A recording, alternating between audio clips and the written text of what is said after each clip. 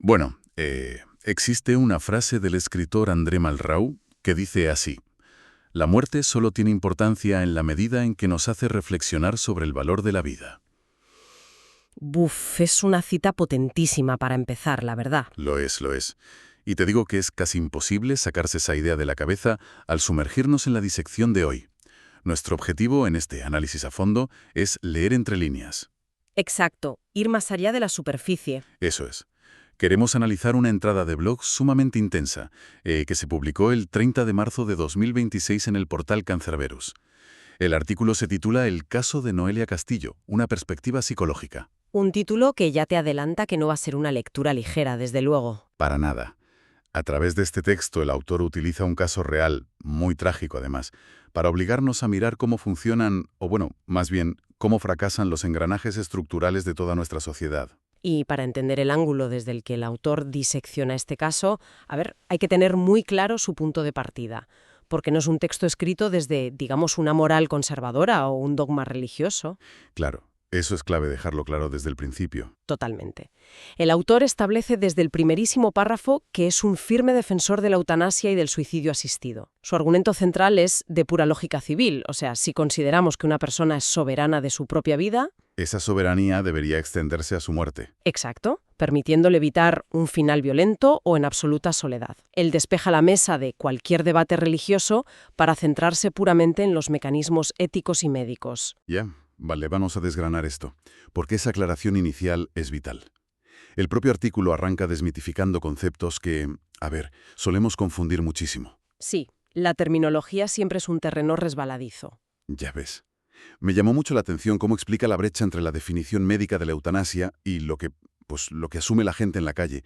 Es como leer un contrato legal súper complejo frente a leer un titular sensacionalista. La clínica y la calle hablan idiomas distintos. Es una buena analogía, porque a nivel coloquial, la sociedad tiende a pensar que la eutanasia está reservada estrictamente para enfermedades terminales. Ya sabes, el típico caso de un cáncer irreversible. Claro, mientras que el suicidio asistido la gente lo asocia a condiciones crónicas, pero que no son necesariamente mortales a corto plazo. Y la realidad clínica y legal es completamente distinta. La diferencia real es puramente mecánica. O sea, todo se reduce a quien ejecuta la acción final. Quien aprieta el botón, digamos. Básicamente. En la eutanasia es el sistema sanitario, un médico o un enfermero, quien administra directamente el fármaco que pone fin a la vida del paciente. Mientras que en el suicidio asistido el papel del médico es distinto. Exacto. En el suicidio asistido, el sistema médico evalúa el caso, lo aprueba, proporciona el medio, pero es el propio paciente quien tiene que realizar la acción física, administrárselo él mismo. Lo cual nos lleva directamente al núcleo de la postura del autor. A él en el fondo no le importa tanto la etiqueta técnica o si la condición es estrictamente terminal o no. No, para él eso es secundario. Para él, aprobar cualquiera de estos procedimientos requiere cumplir dos normas innegociables. Tiene que ser una decisión de una persona adulta y, sobre todo, tiene que ser una decisión enteramente libre y consciente. Y ahí está la trampa. Porque sobre el papel, exigir que una decisión sea libre y consciente parece un trámite burocrático bastante sencillo. Claro, le preguntas al paciente, compruebas que entiende lo que pide y firmas el papel. Eso en la teoría. Pero cuando cruzas esa exigencia con la realidad clínica de un cerebro que está traumatizado o enfermo, te das cuenta de que medir la libertad de una mente humana es probablemente uno de los mayores desafíos de toda la psiquiatría. Y esa palabra consciente es justo la bisagra que nos lleva a la oscuridad del caso central de hoy. Porque aquí la línea de la libertad de elección se difumina por completo. Es un laberinto. Un laberinto absoluto. La historia de esta joven, de Noelia, tal y como la reconstruye el artículo, es que no empieza con una enfermedad física. Empieza con un colapso sistémico a su alrededor. Una negligencia que empieza en el mismísimo salón de su casa. Sí, hablamos de una adolescencia marcadísima por la separación de sus padres. El autor cuenta situaciones donde la chica pasaba madrugadas enteras metida en bares mientras su padre consumía alcohol. Madre mía. Y a eso hay que sumarle un abuso psicológico constante por parte de su abuela paterna. Es la primera gran capa de desprotección. Claro. Cuando la familia falla, ¿se supone que el Estado tiene que entrar? Esa es la teoría. El Estado tiene mecanismos diseñados para actuar como red de seguridad. Y técnicamente lo hizo. Pasaron a Noelia a un centro tutelado de la Generalitat de Cataluña. Pero en lugar de ser un refugio, la cosa fue a peor, ¿no? Mucho peor. Aquí, el análisis del autor se vuelve verdaderamente sombrío. El nivel de violencia al que fue expuesta en ese supuesto refugio institucional se multiplicó. Sí, la cronología que presenta el texto es devastadora. Enumera hasta 3 agresiones sexuales. Sí, una sucesión de horrores. Una cometida por su propia pareja mientras ella dormía, otra por 2 chicos en una discoteca, y una tercera, perpetrada por 3 hombres, apenas unos días antes de que intentara quitarse la vida. Arrojándose desde un 5.º piso. Exacto. Y al leer cómo el sistema le falló en cada uno de estos pasos, yo no puedo evitar pensar en el famoso efecto espectador, pero a nivel institucional. ¡Ah! ¡Qué interesante! Explica eso. Ya sabes, ese fenómeno psicológico, donde si hay mucha gente presenciando una emergencia, nadie hace nada porque todos asumen que ya lo hará otro que está al lado. Totalmente. Pues aquí tienes a los servicios sociales, a los educadores de la Generalitat, a la policía, al sistema de salud. Hay tantas instituciones involucradas que la responsabilidad de alguna manera se diluye. Y al final, nadie interviene a tiempo para frenar la caída. Esa conexión que haces con el efecto espectador da en el clavo, porque la burocracia crea una especie de ilusión de protección. Cada departamento rellena su formulario, cierra su expediente y asume que el problema ya es de la siguiente ventanilla. Y el problema sigue ahí, agravándose. Exacto. Y el resultado acumulado de esa inacción es lo que empujó a Noelia a ese balcón. Las consecuencias de esa caída fueron a nivel orgánico irreversibles.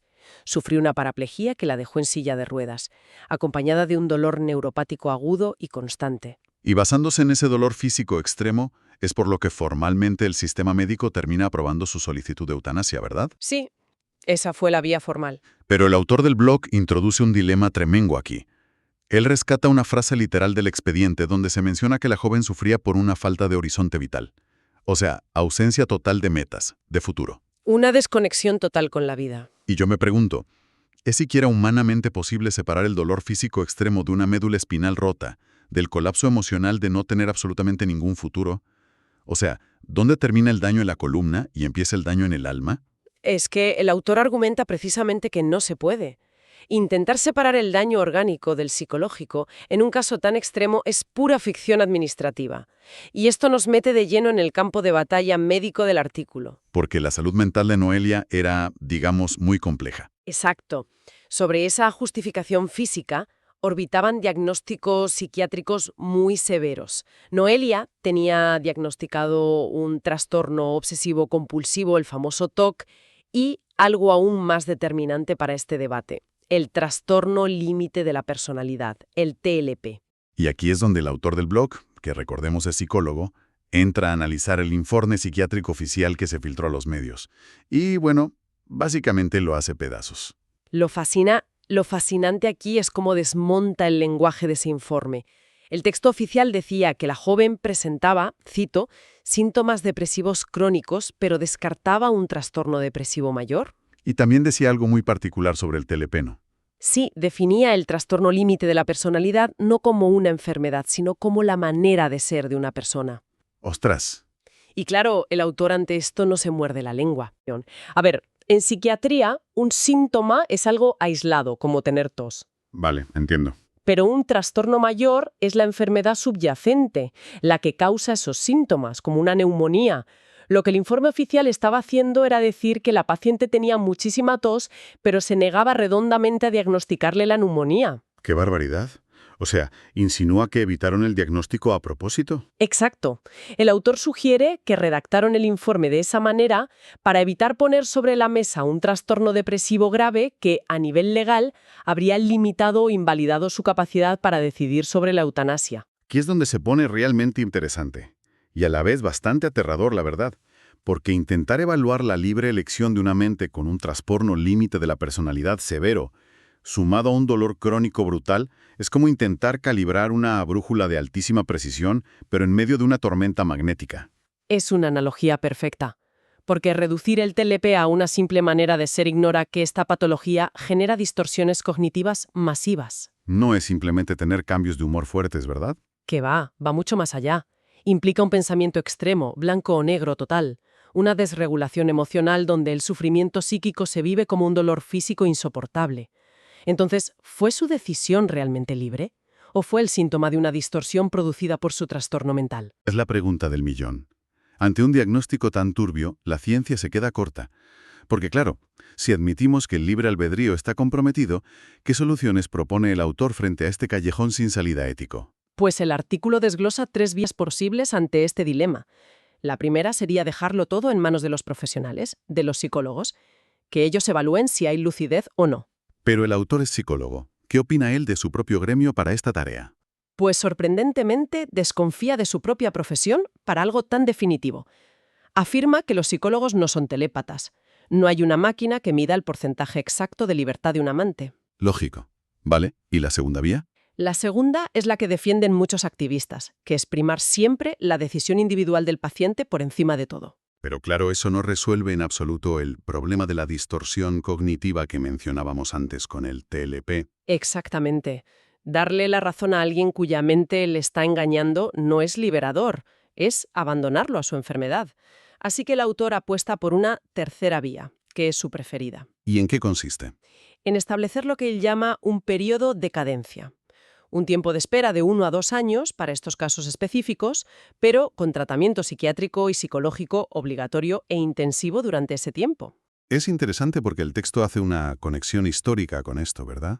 Sí, el autor compara este periodo de cadencia con cómo funcionaba la antigua ley de transexualidad. Esa ley exigía 2 años de terapia y acompañamiento antes de autorizar una cirugía de reasignación. Buscando garantías antes de tomar decisiones irreversibles. Exacto. Él argumenta que la eutanasia, siendo la decisión irreversible por antonomasia, requiere un nivel de precaución similar, un freno institucional. A ver, haciendo de abogado del diablo, un momento. Dime. Obligar a alguien a esperar 1 o 2 años en un estado de agonía física y mental insoportable, sabiendo que sufre día y noche, ¿no es eso simplemente una tortura burocrática disfrazada de prudencia médica? Es una crítica totalmente válida, y el propio autor admite la dureza de su propuesta. Reconoce que es pedirle a un paciente que ya no puede más que aguante lo inaguantable. Pero su argumento es que la alternativa, que es validar un suicidio impulsado por una enfermedad mental tratable, es éticamente peor. Es un dilema brutal, la verdad. Pero claro, todas estas reflexiones médicas llegan tarde para Noelia. Ella ya no está. Tristemente, sí. Llegan tarde. Pero lo que ocurrió tras su muerte sacó el debate de los hospitales, de los comités de ética, y lo tiró directamente al barro de la guerra cultural y partidista. Y aquí quiero hacer una pausa importante. Sí, creo que es necesario. A ver, quiero dejar esto clarísimo para quien nos escuche hoy. Nosotros, en este programa, no estamos tomando partido político. Vamos a resumir las críticas que hace el autor del blog sobre cómo reaccionaron los políticos. No estamos endosando estas posturas. Simplemente estamos exponiendo el análisis del artículo de la forma más neutral posible. Así es. Nuestro trabajo hoy es ser el mensajero del texto. Y si conectamos esto con el panorama general, vemos que el autor reparte culpas de forma feroz a ambos extremos del espectro político. Empieza dando bastante duro a la derecha, si no recuerdo mal. Sí, el autor reprueba tajantemente cómo ciertos sectores conservadores tergiversaron los hechos básicos del caso. Llegaron a inventarse cosas, ¿no? Literalmente. Señala que se llegó a difundir el bulo de que los agresores sexuales de la joven habían sido menas, menores extranjeros no acompañados, algo completamente falso, pero que servía a una agenda política concreta. Y también intentaron cambiar el relato de sus últimos momentos. Exacto. Denuncia que se dijo falsamente que la joven se había arrepentido en el último momento, pintando la eutanasia casi como si hubiera sido un secuestro por parte del Estado. El autor critica esa moralina religiosa y compara esa actitud con un estilo woke de superioridad moral, pero usado desde la derecha para atacar una medida asociada a la izquierda. Buf, tela. Pero la izquierda tampoco sale bien parada en el artículo, ¿verdad? ¿Qué va?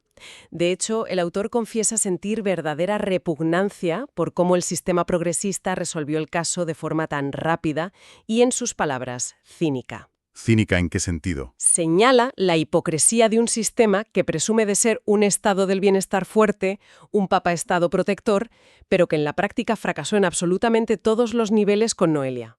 Claro, falló la familia, fallaron los servicios sociales, los pisos tutelados. El sistema de seguridad que no evitó las violaciones y el sistema de salud mental que le dio la espalda. O sea, el argumento del autor es que la eutanasia aquí fue una forma rápida de borrar las pruebas de un fracaso sistémico. Eso es exactamente lo que argumenta.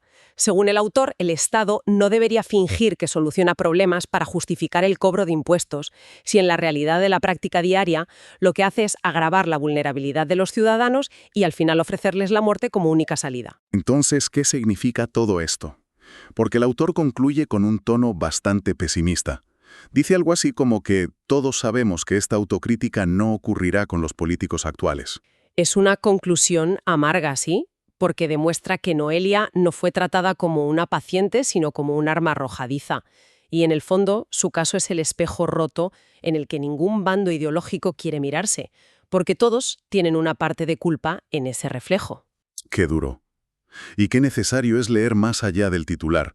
Creo que este análisis a fondo nos demuestra precisamente eso, que la información real no se encuentra en un tuit de 200 letras. Desde luego que no. Detrás de una sola palabra como eutanasia hay un abismo ético gigante. Hay fallos del sistema, traumas que son irreparables y una línea finísima, casi invisible, entre el libre albedrío y la distorsión mental. Totalmente. Esto plantea una pregunta importante sobre cómo consumimos información. Tenemos que pensar críticamente, ir más allá de las agendas políticas que nos bombardean constantemente, porque si no, perdemos de vista la persona humana que hay en el centro del huracán. Es una lección que deberíamos aplicarnos todos los días. Y bueno, hoy hemos desgranado cómo una sociedad reacciona cuando alguien decide irse, cuando los mecanismos fallan. Pero la pregunta que queda flotando para nuestra audiencia es otra. En un mundo hiperconectado, lleno de teóricas redes de seguridad e institucionales, ¿cuántas puertas tienen que cerrarse de golpe, una detrás de otra, para que la única salida que alguien vea razonable sea una ventana en un quinto piso?